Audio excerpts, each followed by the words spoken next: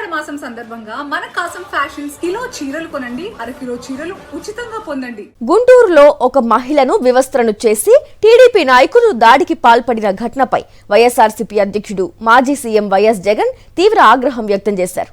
ఈ ఘటన మానవత్వానికి మచ్చ మాత్రమే కాదని రాష్ట్రంలో శాంతి భద్రతల నిర్వహణ ఎంత ఘోరంగా విఫలమైందో చెప్పడానికి నిలువెత్తు నిదర్శనమని నిప్పులు చెరిగారు.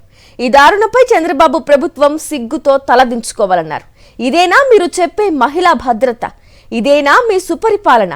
ఇదేనా మీ పోలీసింగ్ అంటూ సీఎం చంద్రబాబును నిలదీశారు వైఎస్ జగన్.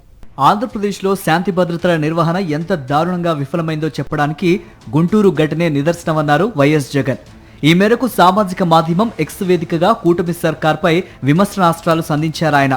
బుధవారం ఘటన జరిగితే 3 రోజుల పాటు దాన్ని కప్పిపెట్టారు. చివరకు ఆ వీడియోలు సోషల్ మీడియాలో బయటకొచ్చి రాష్ట్ర ప్రజలంతా చూసి కూటమి పరిపాలనను అసహించుకున్న తర్వాత ఇప్పుడు తానేదో గొప్పగా చర్యలు తీసుకుంటున్నట్లు చంద్రబాబు హడావిడి చేయటం మరింత సిగ్గుచేటన్నారు.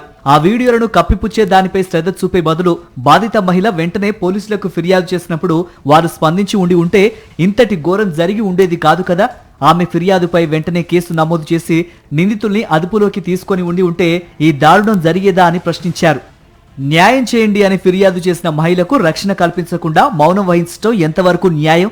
ఇక పోలీస్ స్టేషన్లు ఉన్నది ఎందుకు? బాధితుల ఫిర్యాదులను స్వీకరించడానికా, లేక అధికార పార్టీ నాయకులు ఏం చెబితే అది చేయడానికా? బాధితురాలికి అండగా నిలవకపోగా పంచాయతీ చేయడానికి ప్రయత్నిస్తారా అని వైఎస్ జగన్ ధ్వజమెత్తారు. ఘటనకు సంబంధించిన వీడియోలు బయటకు వస్తేనే చట్టం మేల్కుంటోందా? బాధితురాలి మాటకు, ఆమె ఫిర్యాదుకు విలువ లేదా? నేరం జరుగుతున్నప్పుడు స్పందించకుండా ప్రజల్లో ఆగ్రహం పెల్లుబికిన తర్వాత చర్యల పేరుతో నాటకాలాడడం ఏ రకమైన పోలీసింగ్ అని నిలదీశారు వైఎస్ జగన్.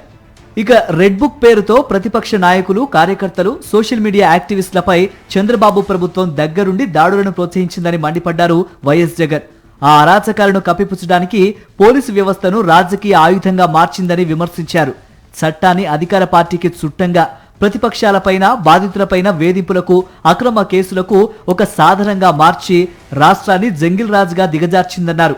అధికార పార్టీ నాయకులు ఏం చేసినా ఈ పోలీసులు తమకు రక్షిస్తారనే ధైర్యం ఈ రెడ్ బుక్ పాలనలో గ్రామాలు, వార్డులు, డివిజన్ల స్థాయి వరకు పాకిందని, అందుకే టీడీపీ కూటమికి చెందిన పలువురు నాయకులు దుశ్శాసనుల్లా తయారయ్యారని వైఎస్ జగన్ మండిపడ్డారు.